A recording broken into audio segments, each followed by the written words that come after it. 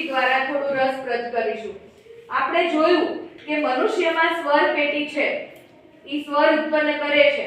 તો હવે સ્વર તંતુનું કાર્યને સારી રીતે સમજવા માટે તમને એક આપણા જ વિદ્યાર્થી દ્વારા એક પ્રવૃત્તિ કરાવવામાં આવશે। તમે સરસ રસપૂર્વક કરશો।